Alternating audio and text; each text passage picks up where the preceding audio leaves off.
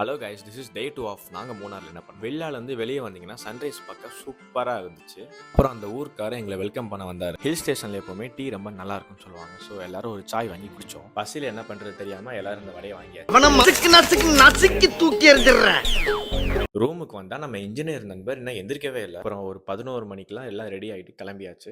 ரூம்லேருந்து கிளம்பி 2 கிலோமீட்டர் கூட ஆகலை, அதுக்குள்ளேயும் மழை ஸ்டார்ட் ஆயிடுச்சு. அப்புறம் எல்லாரும் ரெயின் கோட் வாங்கிட்டு வியூ பாயிண்ட்லாம் பார்த்துட்டு இருந்தோம். போகிற வழியில் பார்த்தீங்கன்னா கொஞ்சம் அண்ணங்க டான்ஸ் ஆடிட்டு இருந்தாங்க. நமக்கு டான்ஸ் தான் ரொம்ப பிடிக்குமே. ஸோ நானும் வீராவும் போய் டான்ஸ் ஆட ஆரம்பிச்சிட்டோம். I just want to say that உங்களுக்கு ஒரு விஷயம் பிடிக்கும் அப்படின்னா அந்த விஷயத்த அவங்க பார்க்குறாங்க, இவங்க பார்க்குறாங்க, பண்ணாமல் இருக்காதீங்க. Because finally you going to regret. So பிடிச்ச நேரத்தில் பண்ணுங்க. அப்புறம் நம்ம ரோபோட்டிக்ஸ் நண்பர் ஒரு வழியாக பிரேக்ஃபாஸ்ட் சாப்பிட கடை கண்டுபிடிச்சாரு. அங்கே மேகி வாங்கி ஷேர் பண்ணி சாப்பிட்டோம். அதே மாதிரி உங்களுக்கு யாராவது இந்த மாதிரி ஃப்ரெண்ட்ஸ் ஊட்டி விடுவாங்கன்னா அவங்களுக்கு கீழே டேக் பண்ணுங்க. நெக்ஸ்ட் வியூ பாயிண்ட்டுக்கு போகலான்னு பார்க்கும்போது தான் கரெக்டாக வண்டியில் பெட்ரோல் இல்லாமல் போச்சு.